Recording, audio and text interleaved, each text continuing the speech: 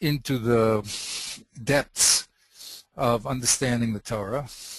Some people take a swim in the Talmud. Some people go on a speedboat, and some people put on their scuba diving gear and start going into the horizontal levels. That's what we're doing. So after the scuba diver gears, we're going to have to put on some heavy diving suits, and then maybe we'll even need Cousteau's Nautilus to get even down even deeper. But slowly we're going through the various levels to see the beauty and the depth of Torah, and the way that the real emes of the Torah is opened up through the eyes of Torah Shabbat Peh. So basically we started with the Chumash that said Meitav Sedei, Meitav Karmi Yishalem, and then we went to our Mishnah, which said that all the Nezikin have a Tzad Shava, which is that you have to pay Meitav Haaretz. And then we went into the Gemara. The Gemara brought us Rebbe Akiva and Rebbe Yeshua argument about the pasuk of Meitav Karma, Meitav Karmo, whose Karen was and whose field it was. And the Gemara concluded that we're talking about what type of currency, quote unquote, can you use to pay back when you damage someone. Money, Shaveh Kesef, movables, or land, the best of land. So we concluded there in that Gemara that we're talking about how to evaluate the land. Then maybe you're a Nasi student of Rabbi Eliezer ben Shemua, and he writes compilation, and they write down even. It was the first time that the Torah Shabbat Peh was written down instead of completely memorized. His students, Roshia, Rev Chia, take all the material that was not written down, that was left oral, and wrote what's the Toseftas. And we saw that in the next level, level A we said was the Torah, level B was the Mishnah, level C was the Gemara. In this level of the Gemara first brings this brisa of Rebbe Akiva and Rebbe Yishmael, which is not mentioned in that Mishnah, and analyzes and discovers that we're talking about the type of payment you can use to pay back the damages. Okay, then we, after determining that that's what the Pesukim are, and the halacha is like Rebbe Akiva, so Abaya had his problem, because now we determined that you can pay back, or you must pay back actually with the best of your land. That's going to run into a conflict with the other pasuk that says you can use kesef or shaveh kesef. So that was Abaya's problem. And here's Abaya. And he argued as to what the solution of that dilemma was, or Rumia. And finally, the Gemara settled with Reb Papa and told us his view, which we'll see in 1 second. Okay, so we'll have to come back here. The Gemara leaves off with two opinions and does not tell us which one is the halacha. We have the opinion of Reb Papa over here that you can use kesef, shaveh kesef, or the of your land equally. That's how we understood it. And we have the opinion of Rev Huna, who is a few generations earlier, that you use Meitav Haaretz and kesef equally, but shaveh kesef is only if you don't have both of them. And the Gemara doesn't clearly state who the halach is like. So that was the level of the Gemara. Now we went to level D, going deeper, which is the level of the Rishonim. And the Rishonim have two problems that they have to handle. One is how to read the Gemara. We've read it according to Rashi, according to the Rif. There's other ways of reading it. How do we understand the Gemara? How to read it properly? And the second problem will be what is the conclusion of the Gemara? Since this is open-ended, we have two positions, Rav Huna and Rav Papa. What is the conclusion of the Gemara? Because Torah is not a philosophical text, it's a practical text, so we have to know what to do. So how do you, Ravina and Rav Ashi, here at the end, who put together the Gemara, wrote it in such a way that people reading and understanding the Gemara were supposed to be able to come to the final Pesach. So the question is, what was the final Pesach? So those are the two questions that we're going to be involved in. What does the Gemara mean? That's the problem of the Meforshim, like Rashi and Rabbeinu Tam. And then also, what is the Pesach Halach in the end? And that'll be the Rif's problem. It'll be the Rabbeinu Tam's problem. He also talks about it here. And we'll have some other people joining the chorus with the Ramah. And of course, these two questions are interrelated because depending upon how you learn the Gemara, then you'll be able to have the options of which halacha to go. So one question is really based on the other question. You have to solve what the Gemara means, question number one, and then once you say what the Gemara means, then you're going to have to say, well, what's the Pesach in these these questions. So we're in the world of the Rishonim. I just wanted to the last two opinions here, just to refresh our memory, were the opinions of Rav Papa and Rav Huna. Rav Papa was the last of four opinions before the Gemara took a break and went to describe another idea, another concept of Meitav, which is do you evaluate Meitav subjectively or objectively, and then came back and it said Rav Huna. That's the physical setup on the page. But what were their opinions? So we said that Papa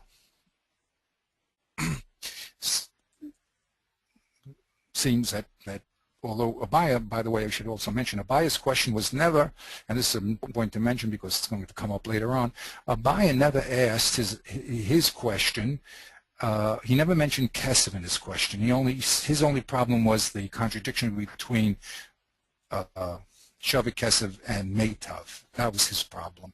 He never mentioned Kesef. We put it in because we know that's an important element, but he never mentioned it. Whereas Rav Huna did mention Kesef, and he said that Kesef was equal to land. So that's just an important observation because that's going to be one of the questions that the Rishonim are going to be involved in, which is what happened with Kesef, okay? But in our setup, I said we always do a working setup of how we understand the Gemara, and then if we have to change because of the Rishonim, then we'll also diagram that. But our understanding was that Rav Papa started with the pasuk of Kesef. Kesef and Shavik Kesef. That's the main pasuk, which means that the inclusion of Shavik Kesef and Meitav is going to be a function of money. So that's what Rav Papa said. Rav Papa said when it came to movables, they're even better than Meitav Haaretz. Why? Because with movables, you'll be able to cash in the movables for money if you're not here, somewhere else. But when it comes to land, it has a quality, a bechina, a very important word that we learned from their tunos. It has a bechina of non-movable, being unmovable, which in this case will affect the chances of the Nizak to get his money back because he only has a limited amount of buyers available. So since the demand is low, because there's limited buyers, the Torah said you must give him, that means you must give the Nizak the best of your land. That'll increase the desirability. We said there's supply and demand. That'll increase the demand because everyone likes good land. So that'll compensate for the lack of the buyers that are not around. So that's how we left Rav Papa. We understood him simply that money is the king. Movables were included as a ribui, and normally we think of ribui, and again, we always go from the simple to complex. The simple way is to say a ribu is equal to the marba, which means that when we said yoshiv it has to be equal to kesef. So we said money was also included. And then finally, the Torah even went so far to say meitav land can also be given. So that there was three equal alternatives: money, all types of movables, and finally the best of land. And that's how we understood Rav Papa. And the Torah in this cascading chart here included each one. Now, I don't know if I mentioned, I probably did, but I'll just repeat it. There, at the depth of this problem, there's a tension between the person who's trying to get his money back and the person who owes him the money. Okay, the mazik on one hand, of course, everybody wants to pay back, but the mazik never got anything. He just destroyed his friend's property, but he never got anything from it, so he could be a little hesitant to pay back. So we have to consider that in how hard we're going to be on him when we demand a payment from him, because we're too hard, but he may never really pay very quickly. On the other hand, the nizak wants his money back as quick as possible. So we want to make it easy for him to get something back. If not his money, then his movables. As we say in the old country, a bird in hand is worth two in the bush. Sometimes it's better to have something real than a promissory debt. So this is also in the background between how we're going to handle Nezikin and really Balchov and all these other cases that are going to come up. There's a tension between the person who is owed the money and the person who owes the money all the time. And on one hand, we want to protect the rights of the person who is owed the money. We don't want him to be stuck and to have, like, say, worse land in Reb Papa's opinion, and then he won't be able to get his money back, which is really what he wants, because he wants his cow or the property that was damaged. On the other hand, we don't want to make it too hard on the mazik, because that will make it very difficult for the nizak, again, to get his money back. So there's two problems with the nizak. One, we don't want him to be abused by getting something that he doesn't need. On the other hand, we do want to get his money. So that's what I call a tension that the Torah is going to be talking about in each one of the realms that the Torah deals with. You see, we always have the tension between this, at least here, especially when we're talking about money that's owed, and normally in a sale, for instance, so the person wants the object and the other person wants the money, and they have an agreement that they'll switch both sides willfully. But here, the person did not want to damage the nizak, and he got nothing from it, and the nizak did not want to be damaged, that's for sure. So here we're going to have to be a little more careful on how, the Torah is going to be careful on how to balance forces, but that's in the backdrop, and it's important for Adtrap to know. Okay, simply we had Rav Papa saying that there's three alternatives. Money, the mazik, if he wants to pay back, can back any type of movable, and when it comes to land, though, that's our only limitation. The pasuk is only talking about land as a limitation, and therefore, if he wants to give out land, he has to give the best of the land. Okay. When it comes to Rev Huna, he started, very interestingly, not with the pasuk of Kesef and Shavi Kesef. His starting point was Meitav Haaretz. So since it's Meitav Haaretz, and that's going to be the standard that we're going to measure money and movables against. We said a little bit of a svara here. Maybe Meitav Haaretz means what's the most precious thing to a person. Let's say, to the nizak, the most precious thing that he could get is best land. Land is in a certain way more valuable to him than money, even though the economics will be the same. People have a desire for land. Land is productive. Usually money you have to translate into a product.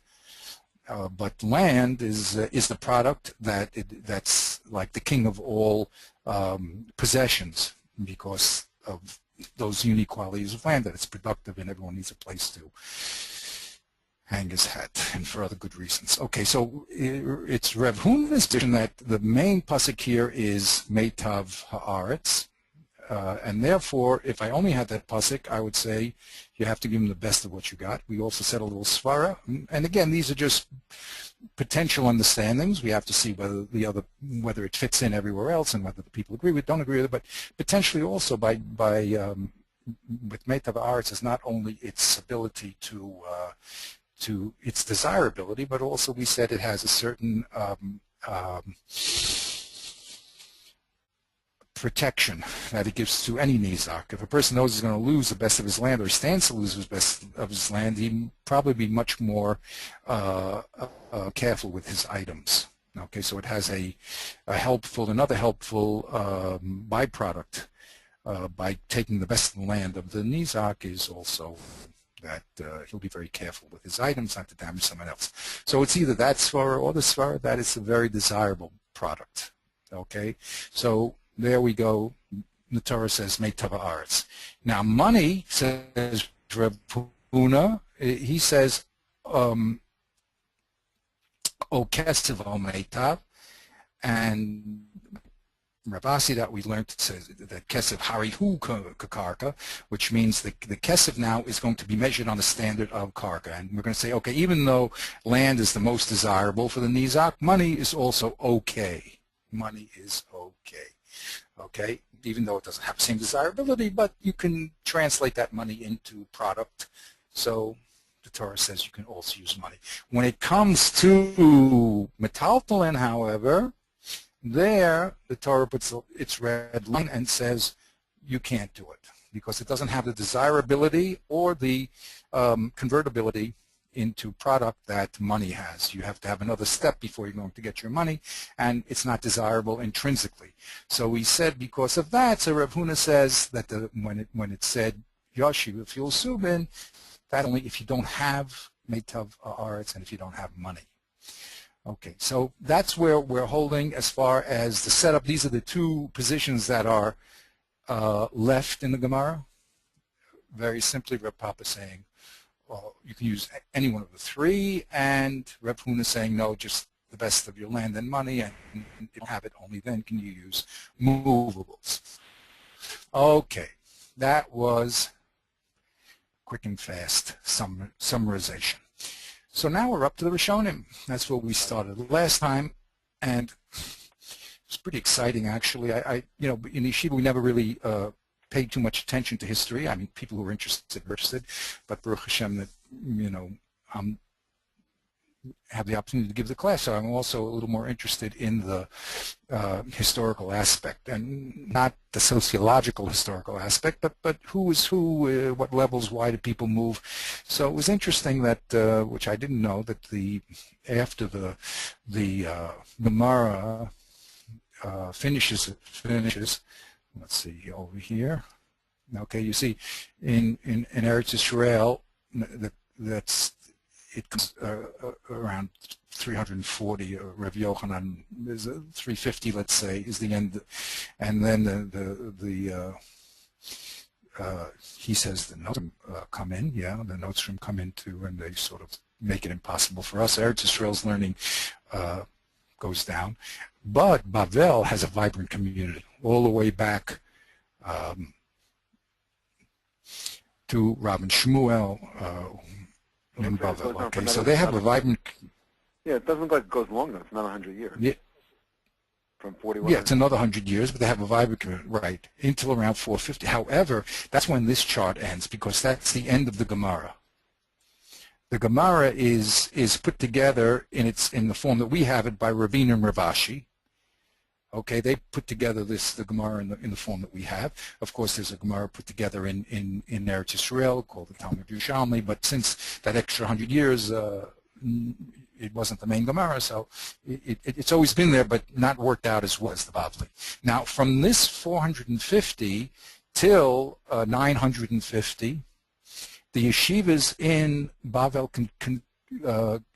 continue strongly.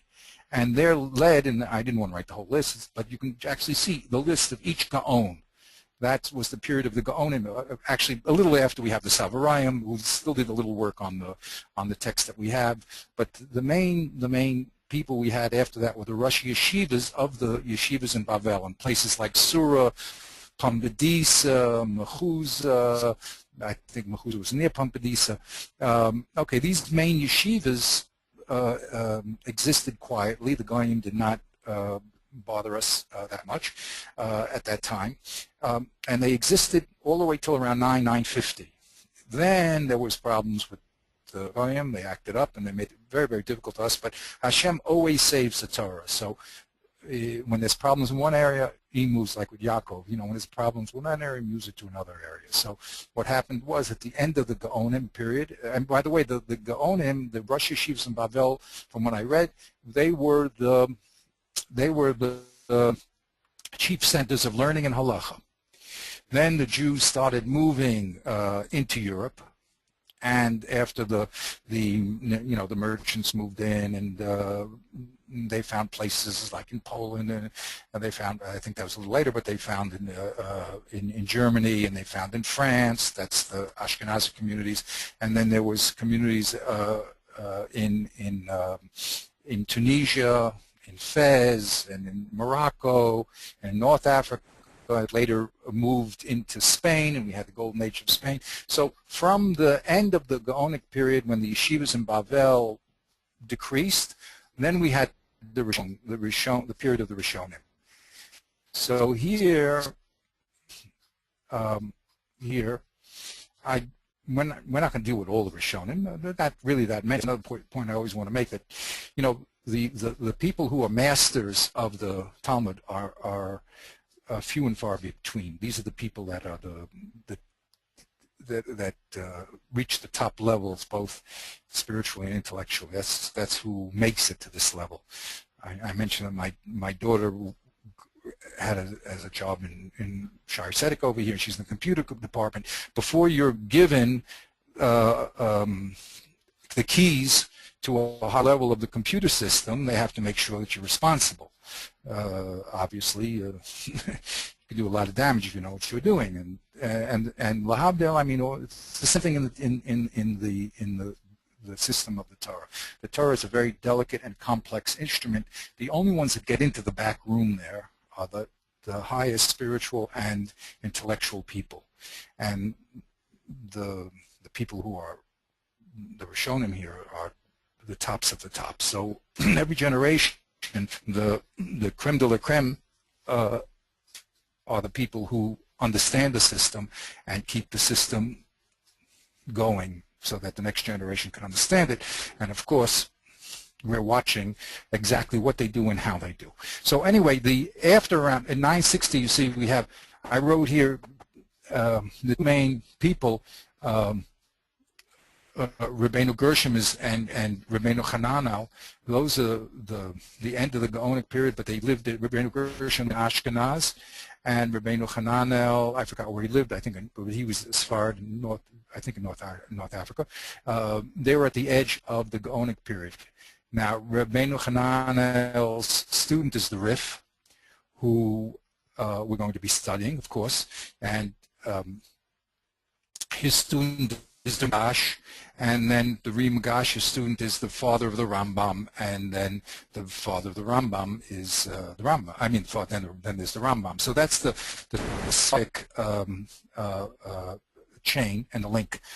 Whereas Rabbeinu Gershom in the land of the Ashkenaz, he's the I think he taught Rashi's father, and then Rashi learned, of course, from the Ashkenazic school, and his grandchildren, Rabbeinu Tam, the Bali Tosfos school, and then we have the Rosh, who's a very interesting figure because he was an Ashkenaz, and then, as so often does, the government decides they don't like Jews, especially intelligent ones and spiritual ones, so they started chasing him, and he got out on the seat of his pants or the skin of his teeth, Ashkenaz, and escaped to Spain, where he, of course, is one of the greats in Spain also. And but what's interesting about the Rosh is that he shows us a combination of the two basic systems. The Sephardic system is more one of compilation of information. The supreme example of that is what the Rambam did. Okay, he recompiles the whole Torah Shabbat Peh, okay, in his Mishnah Torah. And even before him, so we see the Rif, for instance, he's writing summations according to the halacha, you see. So that's the Sephardic school is interested in categorization of the material, and that moves into the halacha. And the Ashkenazic school is more concerned about the process of the learning. Of course, they're going to be also. If you don't know the process, you don't know the result.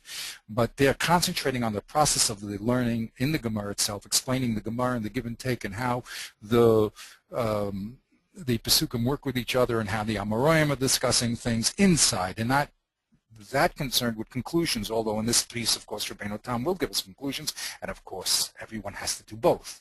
But we're just talking about, in broad strokes, the trends. The trends of the Sephardic school is more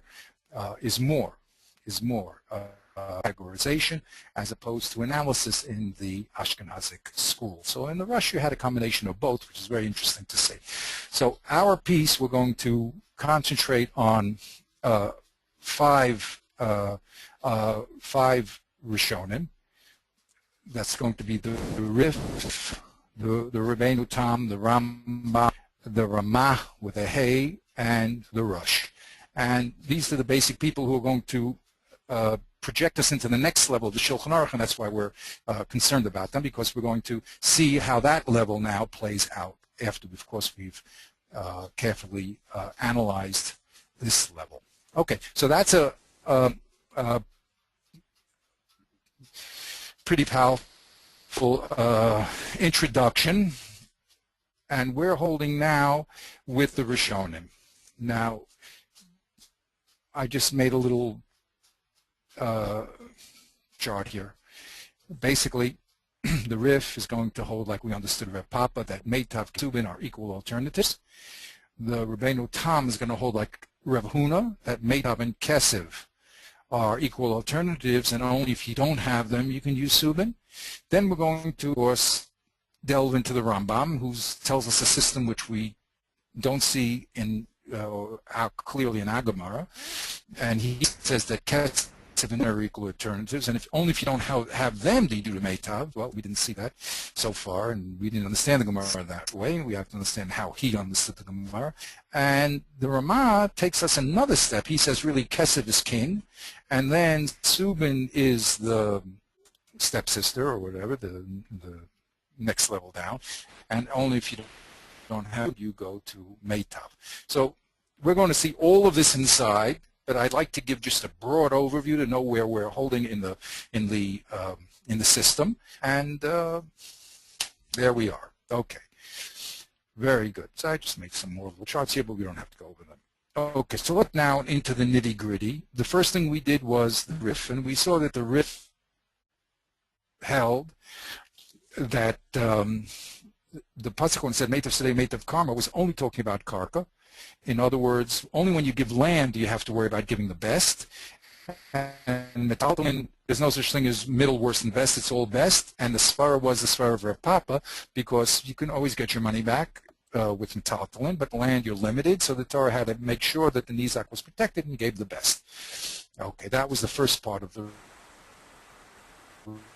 Rif is a halachic aspect. After he told us how to learn the pasuk, again, you can see this concept of conclusion. The Rif now wants to come. What is the conclusion of the Gemara? So the conclusion of the Gemara is, after you've understood all the back and forth, what's the conclusion, Rabbi? The conclusion, Rabbi, is that Meitav is limited only to land, and you can give the best of your land equally with Kesev and all types of metaltalin.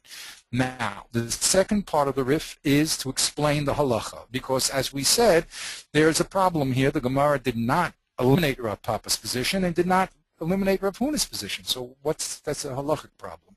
So the Rif says that even though they argue, very important point, that Rav Huna argues with Rav Huna Bered, Rav Yeshua, and Rav Papa argue with Rav Huna and Rav Asi. The halach happens to be like Rav Papa and Rav Huna Bered, Rav Yeshua, because they are basroi. That's the principle here.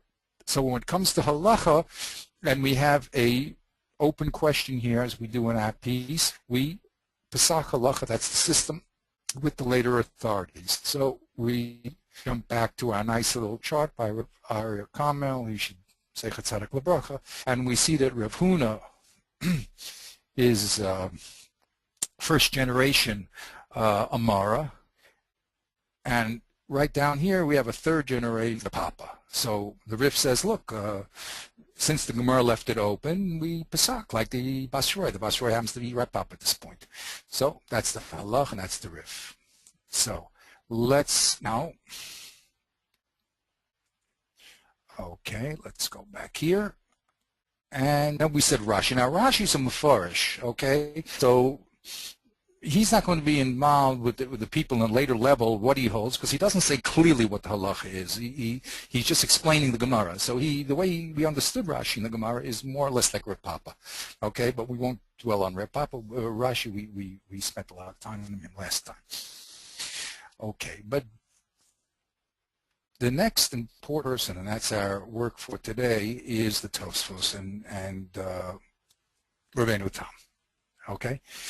So at this point, I'll let you take the floor after my rather exhaustive introduction. But if you don't get the introduction, you don't know where we're holding, so then, you know, don't know what's being at stake. Okay, so this Gemara is on Rav Huna. Rav Huna, remember, said, O Kesev O Meitav. Rav Nachman asked him, what do you mean, O Kesev O Meitav? There's also Shavik Kesev, because it says, Yashiv Rabbi Shavik Kesev Kesev. I said, Rav Huna, you didn't understand what I said. L'chatchila, you can only use Kesev or Meitav Haaretz. If you don't have them, that's the only time you can use Yashiv. Okay? They ask him, well, of course you can use Yashiv if you don't have Kesev and Meitav. It's obvious, you know.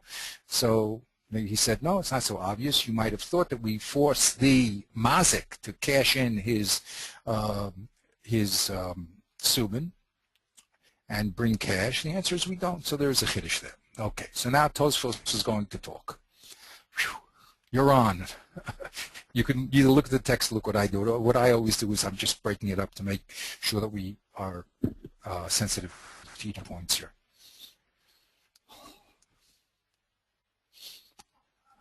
Do I have you there still, Avi? Yes. Oh, I had it on mute. I didn't realize. I was okay. All right. So Taisus, Rav Huna Amar. Yes. Where is the Taisus? This is the Taisus on Zayin Amud Beis. So it's on. I hope this works. Let's see. Oh no, it doesn't work. Oh, yeah, it did.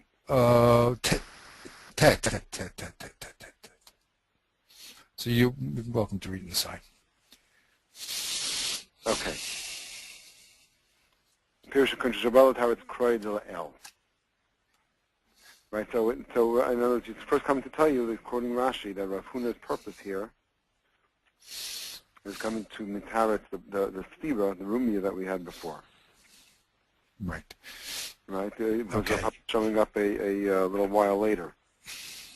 Right, so this is a big problem. How come he pops up now, after this whole interruption, you see? So Rashi says, don't worry. It's really the same, he's in the same problem. Okay, right. Now, last time we discussed, there's a little different problem because we noticed, and this is an important observation to make, that Abaya only asked the problem between Yashiv and Meitav.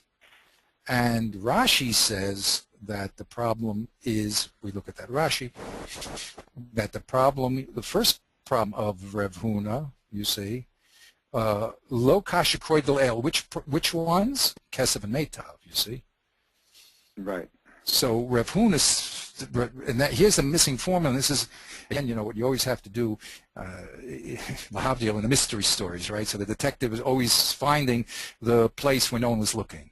So when the Rishonim talk, you have to be very, very careful because they're keying us into a sensitivity of the text. So Rashi did not say that Rav Huna is in his starting position is talking about Meitav and Subin, as he did over here, remember. He said here, Kasha, Meitav v'Yoshiv. You see, when it came to Abaya, the problem was Meitav and Yoshiv. Kesef was not mentioned, you see. But Rashi here, when it comes to Rav Huna, he says there is, the first problem is Kesef and Meitav. Okay, and it's a chiddush to say, and this was another chiddush that we had the chart about, it's a chiddush to say that Kesef is equal to Meitav. So this type of sensitivity has to be understood and thought about, you see, because it's a different starting point. The different starting point creates a different mixture. As I said, when you make the flour, you see, if you start with the water first, then you're going to end up with a lot of clumps in it. If you start with the flour first, then put the water in afterwards, then it'll come out nice and smooth. So order is very, very important. That's a simple example. But here, where you start in the Pesukim is very, very important. So Rashi said that the first question of Rav Huna was Kesef and Meitav. Then Rav Nachman spoke, and he said, "Oh, that I know that kesef means shavi kesef, but that's only the delay kesef and meitav." All right, so that's an important little observation to make. So what does Tosfos say? Shaboy latis. It's true that Rashi wants to matarets the pesukim, right? But we have to be very careful that he's dealing with the whole pasuk, which we don't know exactly what Abaya was dealing with. Was he dealing with the whole pasuk or not? You hear what I'm saying? Right. There's a sensitivity here that you have to know exists. Okay. Anyway, Tosfos brings up a problem saying that this Gemara is connected to the Gemara of Reb Papa. What is it? The Tzarech Lomar. The Tzarech Lomar shloi hispik l'sayim devarav ad shehik shaloi. So you have to say that he did not finish completing what he wanted to say until they asked him. In other words, he said, "Oh, kesef v'meitav." Then Rav Nachman said, "Wait a minute. What about shava kesef?" So he said, "Oh, that's bilsley."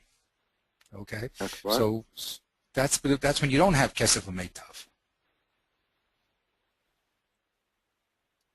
Okay. Okay. So in other words, his first. What did they ask? They asked on Rav. They said you left out shava kesef. Right. That's the next question.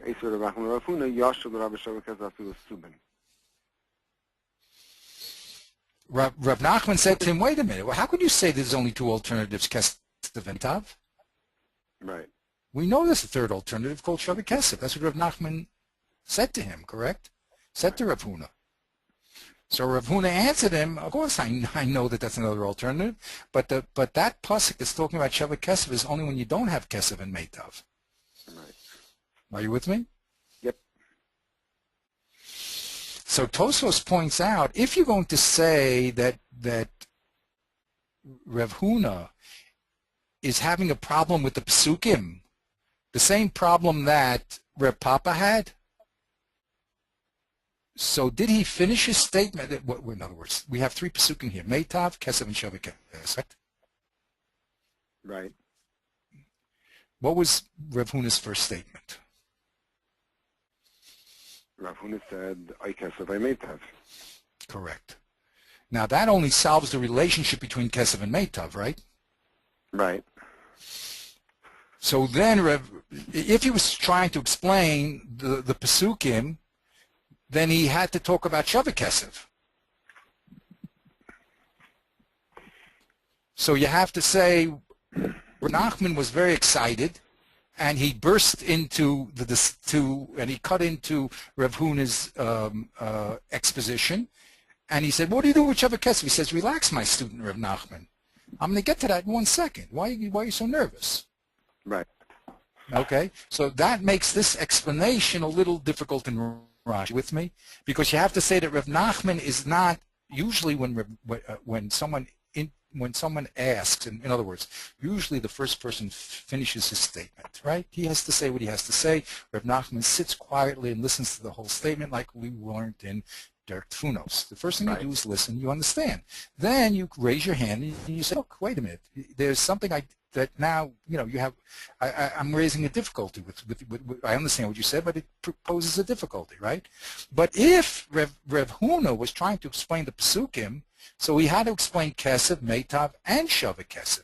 So what is Rav Nachman doing there? So you have to say he got nervous, and there was a court recorder that wrote down the minutes of the discussion and showed that Rav Nachman was nervous and he broke into the conversation.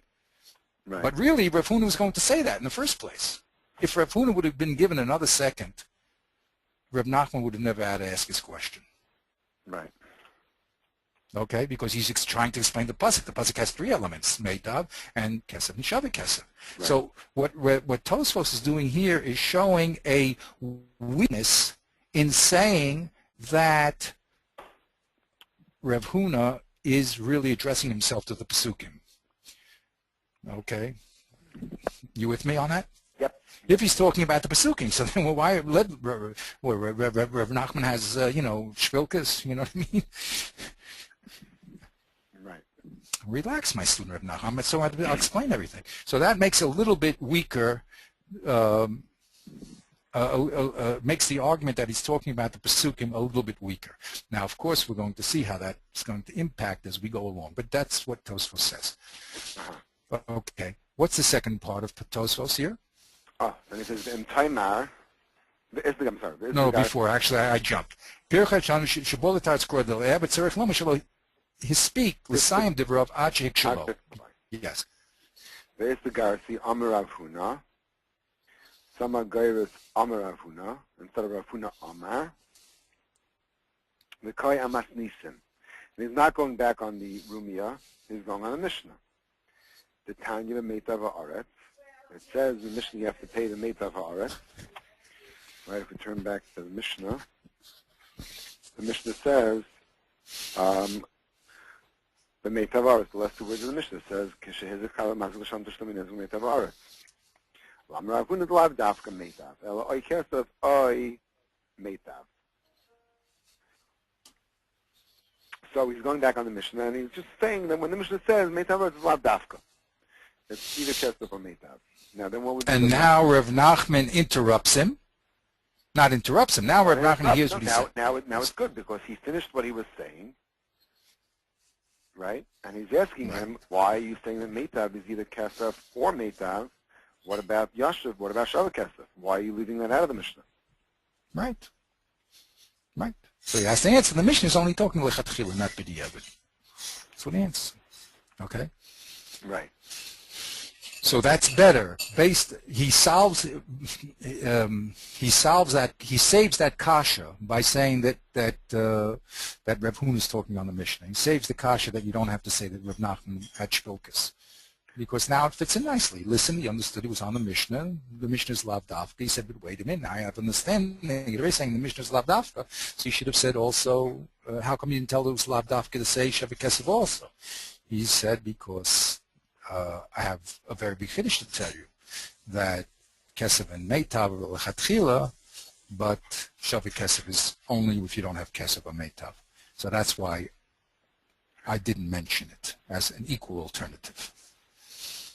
Okay? Now, that's what the first part of Tosfos is. So the first part of Tosfos is an analysis of where Rav Huna is talking. Now, there's also a key point that we have to know here. There's a Girsa problem. Some people have the Girsa of Rav Huna Omer. Rav Huna Omer, when Omer is second, it means that it's his opinion against what went before. So you had Rav Papa Omer and Rabba Omer, and now you have Rav Huna Omer. That's when the Omer follows. When the Omer is in front, Omer Rav Huna, that's a style of the Gemara to say that this is a beginning statement. It's a new statement. We finished already our discussion of the, of course, Rabbi Kiva, Rabbi Shua, and the Pesukim with Abaya, and now we have a new problem. What about the Mishnah? It's a new problem, okay, that we also save here.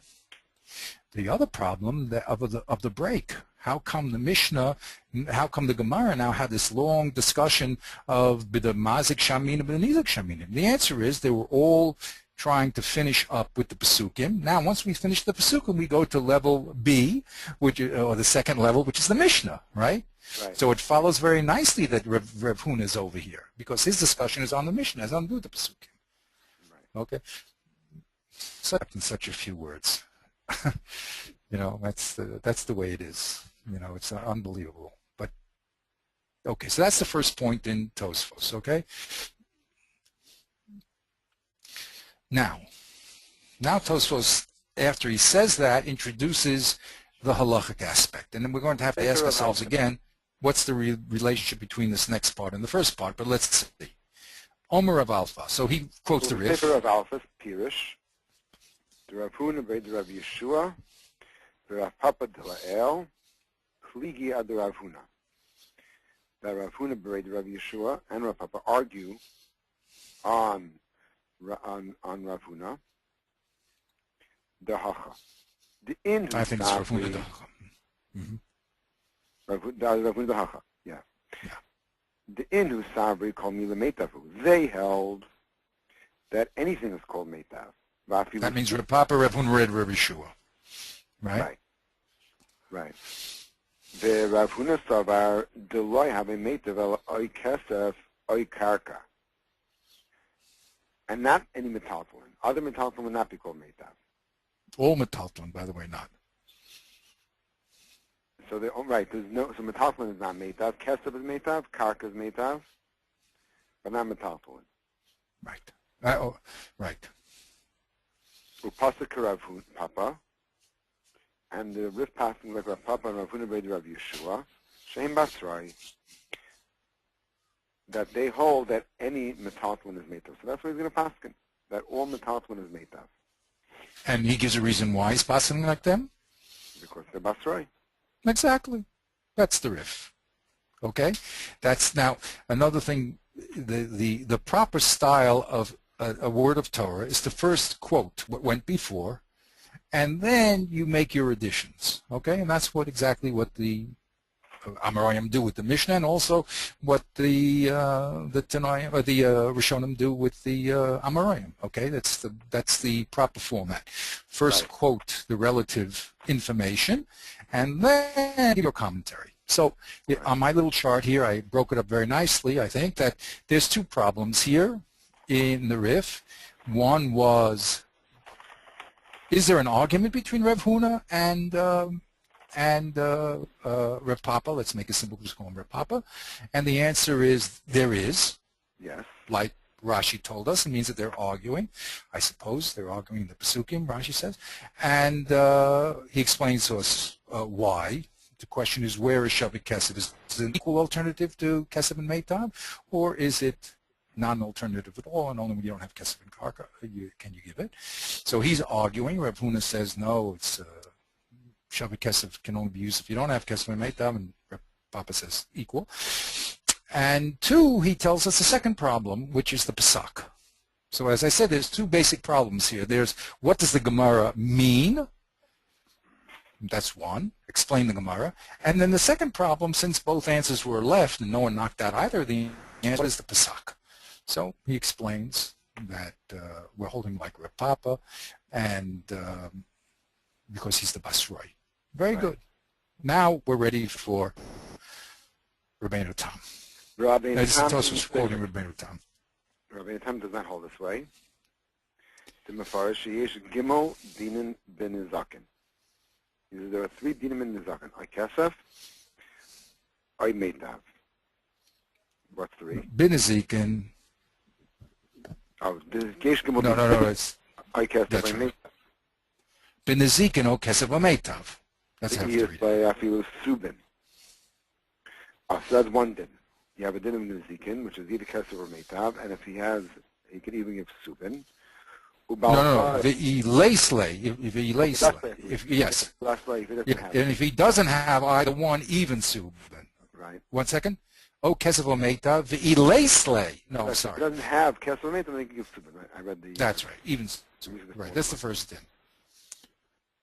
Baal Chayiv, Islei Zuzei, Le Matzila Salke El Bezuzei. Kedemucha Ba Kaisef Kabeyahu, Tailam Isa Benachri. Hava, right, the E, Lesle Zuzay, Lo Yermele Zil Tarach, the Zav and Vaisi Zuzay, Keda Amar Hasam. So that's another din, the din of Baal Chayiv, that if he has Zuzay, he cannot be Masalikim except with Zuzim, which he proves from the Gemara in Ksubis, where you have this person who gave his money to a guy. Actually, what happened over there, we're gonna go into that case, but basically the guy claims that the money, they come into the guy who owes the money. He says, well, would you please pay the malva back? He says, I have no money. He says, what's this on your table? You have no money. He says, oh, I'm watching that for a guy. Right. That's what he says. Okay. And if he does not have then they cannot tell him go and be matriach himself to sell property to bring zuzim. So that's the second din. That lechatchila he has to give money. Oh, right. Somebody is at my door. I'm gonna have to. But he doesn't. But he can give. He can give all of metaltalin, right? He doesn't have to go sell his metaltalin, right? And give him zuzah. It doesn't go that strong. If he doesn't have money, so he can give him, he doesn't have to sell what he has. You can just give it to him. Give the loaf, the malv, excuse me, can shove a kesef.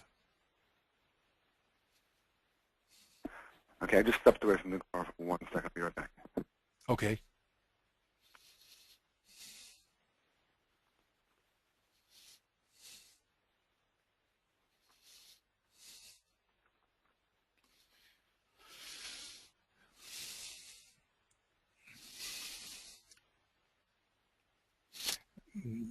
When Avi's away, I just want to emphasize the fact that we're going to the pasak here. We're going to have to look in terms of the two questions we asked above: the pligi question, whether they argue, and this whole problem of how do you pasak according to the Basroy or not. So we're going to have to look at this in light of those two questions. Okay.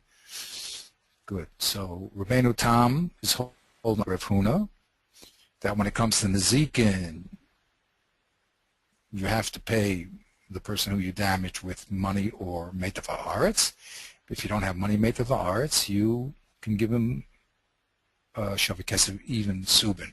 But when it comes to Balchov, there, if you have money, you can't push him off with land or Shavik Kesef. If you have money, you have to give the money.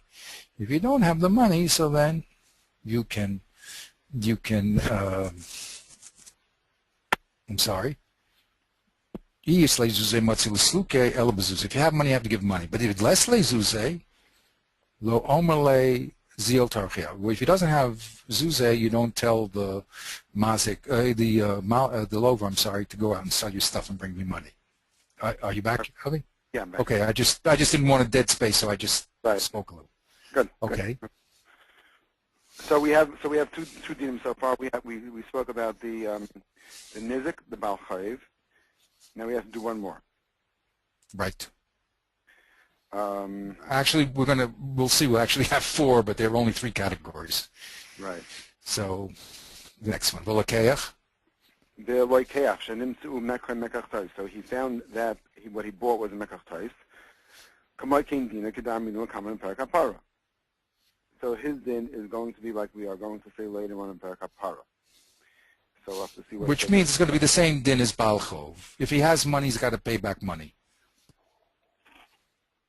Upayel, Lesle. Here's the third one.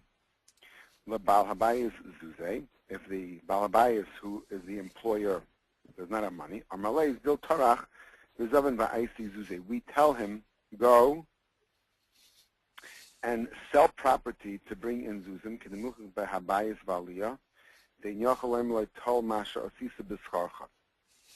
he cannot tell him go and let's say he was a tailor, okay, take 2 pairs of pants, 3 pairs of shoes, and that will be your pay. He has to actually go and I guess in this case he would probably have to sell his merchandise at a loss or do whatever it takes in order to liquidate it and to get the kesef to pay this poel. Beautiful. Yeah, exactly. So my first question to you is, so we have three, I made a little chart. Of course, I love charts. Okay. And then we have to see what the difference is between Rabbeinu Tam and the Rif is. That's obviously going to be the issue here. Exactly. So, but the first thing here, when we look at Rabbeinu Tam in and of itself, he has 3 dinim, but 4 cases. The 4 cases fit into 3 dinim. Okay, the first case of Nazikin in my little chart, you can pay with Meitav Kesef, like Rafuna said, right? And if only when you don't have Meitav Kesef, then you can give him Subin. So the Nizak has a right to Meitav Kesef, the Mazik can choose, and if he tries to hand the Nizak some Subin, he says, get out of here, I don't want it. But if he doesn't have Meitav Kesef, then the Nizak has to accept it. So I put it 1 and 2. That's the first ones. Now, when it comes to Balchov, so there's no din in Meitav. I put that in the Gemara, by the way, when we were trying to figure out Kal Vachomer to Hegdish, that we said if it's a Balchov, it's only Baininus. Okay, and we're going to learn later on is actually Zibras for Balchov, but they're afraid to close the door on no one lend money if they know they're just going to get back Zibras land, so they said Baininus. But Bekitzer, the Balchov doesn't have the din of Meitav. Right. Now, interesting, but what's his din when it comes to Kesef and Subin? Same split. Kesef is the king. You have to, the Baal Chov, and also the Mechatos. Kesef is the king. If you have it, you got to give it. If you don't have it, so you give Subin. Right? That's the second set of dinim, which basically just cuts out Meta. Meta has nothing to do with Baal Chov and Mechatos, right? And then the third din is a din in Poel. And the change here in Poel is that you have to give him, he's the king, but you can't give him Subin at all. If you don't have Kesef, you have to go out Isay Zuzeh, and you have to cash in your stuff and give him money. Okay. How do you know so here, my okay, so we can, in the way I, no, I said here, Ubalcho, here he says, Bal Yislei Zuze lo matzi l'salke ela b'zuze. Right. Right. Ve'ileislei Zuze lo omerle zil tarach. Right. He's saying that's an inference to Subin. So if he, yeah, especially because of the case, we'll see in a second, although we have to get into that case. Basically, yeah. We'll look at that case, by the way, together. I have a link to that case. We have to look at that case in just a little. It's a very important case. A lot of understanding will be predicated on how you learn that Gemara over there, so we're going to have to look into that. Right. And he says, it has the same din, on the common para, okay, which was this money, you have to give money, and if you don't have it, then you can You're saying since he says Kamoken Dina, that tells you that it's Subin also. Exactly. Okay, and the Poel is the last din. No. So how do you know he means Subin? Maybe he means Metaltalin, which is not Subin. Maybe he means. Say again. I can't hear you that well. Yeah. How do you know that just when he says the Lo Yemelo Zil Tarach V'Zavin V'Aisi Zuzi, maybe he means you could give a Meitav. How do you know it means Subin? Why would you jump to Subin?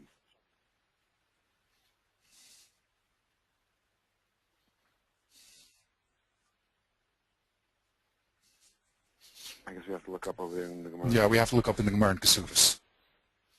Okay. Before we look in the Gemara and Kesuvos, and we'll do that. That's our next job. We have to. That's a very critical Gemara.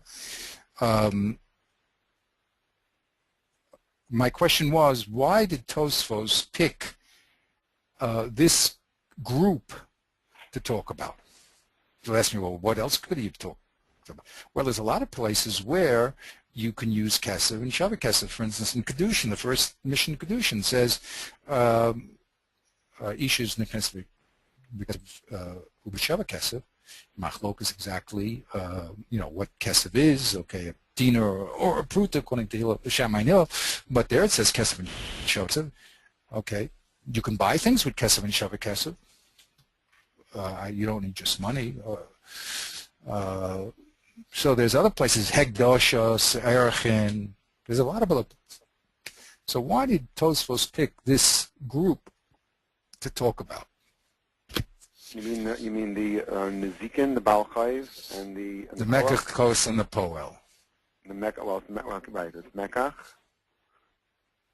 Nezikin, and Nezikin we're talking about. So we're talking about Nezikin, and why is it compared to a Baal Chayv, a Lokech, and a Poel? And a Lokech Mekach Kos, right? Right. I don't know. That's a good question.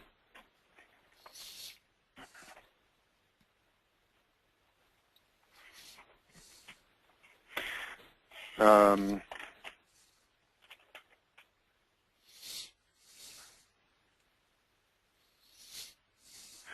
don't know.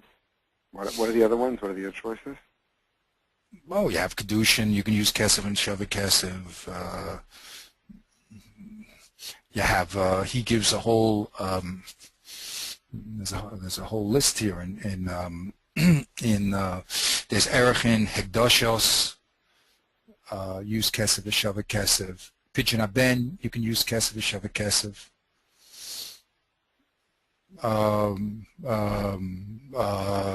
Freeing Eved Ivri, you can use Kesef and Shava Kesef. Okay, there's other places. Anyway, what I wanted to say here was, and again, everything I'm saying is tentative because, you know, this is as far as my head. I have good questions. They used to say of the Pnei Yeshua, his questions are better than his answers. I don't know about that. But anyway, at least we're learning to ask the right questions. Right. Okay? So, but I was thinking that what these people have in common is that the person who's owed the money, the person who wants to get the money back, is always at a certain disadvantage. That's what I wanted to say. As I said before, the Nizak, right? The Mazik doesn't want to give him the money so quickly because he says, "Look, I'm giving my money away for nothing." What do you mean you're giving money away? You damaged my property. True, but I'm not getting anything. Okay. The Baal Chov, the guy who borrows the money all the time, we know, unfortunately, has a tough time paying back, right? Right. Yeah. The Mechiktos guy also. Well, what happened?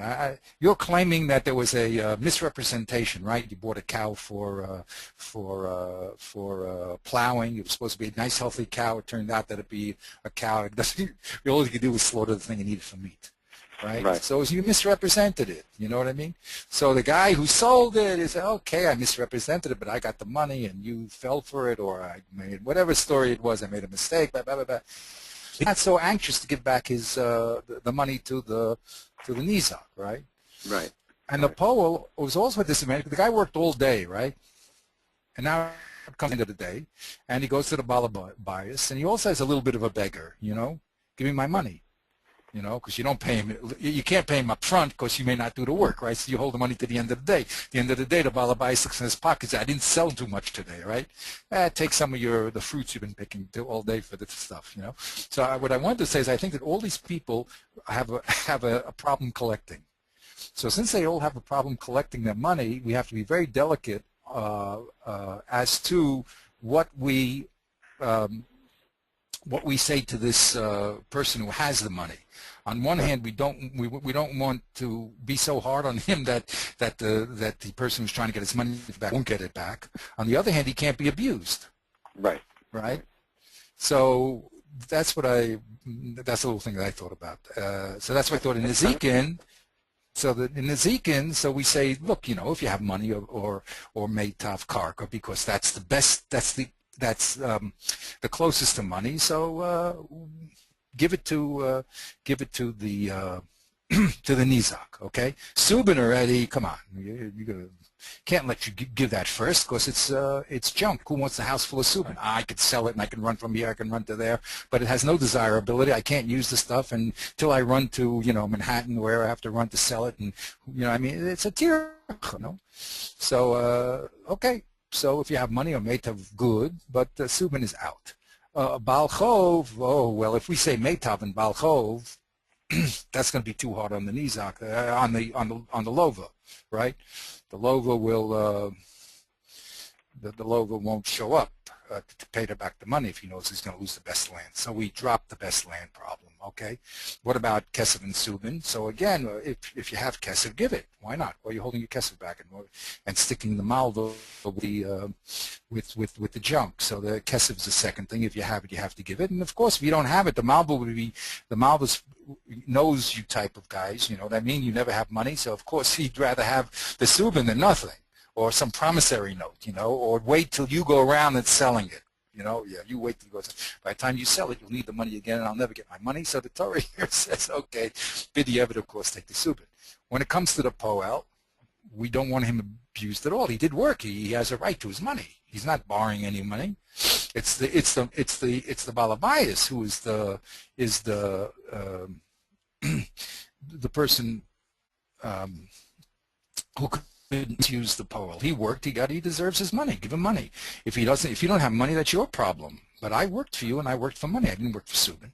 Anyway, that's a little bit what I wanted to say to explain this setup. Because another thing that another point I want to bring out is that the Torah doesn't end in technicality. In the end, the technicalities are a way to understand the operant principles, the svaras.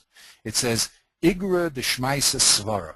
The reward of learning is the svara. The svara means the proper, you're getting the proper relationship between the two elements, the person who owes the money and who he's owed to. But each sphere, we're going to have to see how the Torah operates. Okay, and of course there'll be machlokes, but it's very important to not leave the Torah at a technical level. There's certain people that like to talk about Torah being symbolic logic. I don't go for that.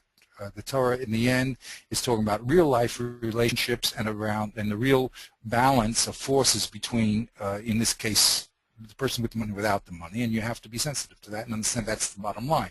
But to get to what the Torah is talking about, you have to understand how the system works, right? If you don't understand how the system works and what's first and second and why it's first and second, you'll never get to the true, quote-unquote, philosophical understanding of what life is about. Anyway, let's go to, do we have a little more time? I don't know where I'm going to have to stop here now. Yeah, okay, so let's stop here. Next time what I'd like to do is to look at Kesuvos with you. You're welcome to look at it. That's a very pivotal case. Okay, how we understand that is going to make big nafkaminas in Balchov, and it'll have ramifications in the other Rishonim. So let's bleed at it next time we get together, look at Kesuvos, and then we're ready to go forward. Okay. Very good. Right, very good. Okay, have a great day. All right, thank you. Baruch Hashem. Kol tov. You have a bracha.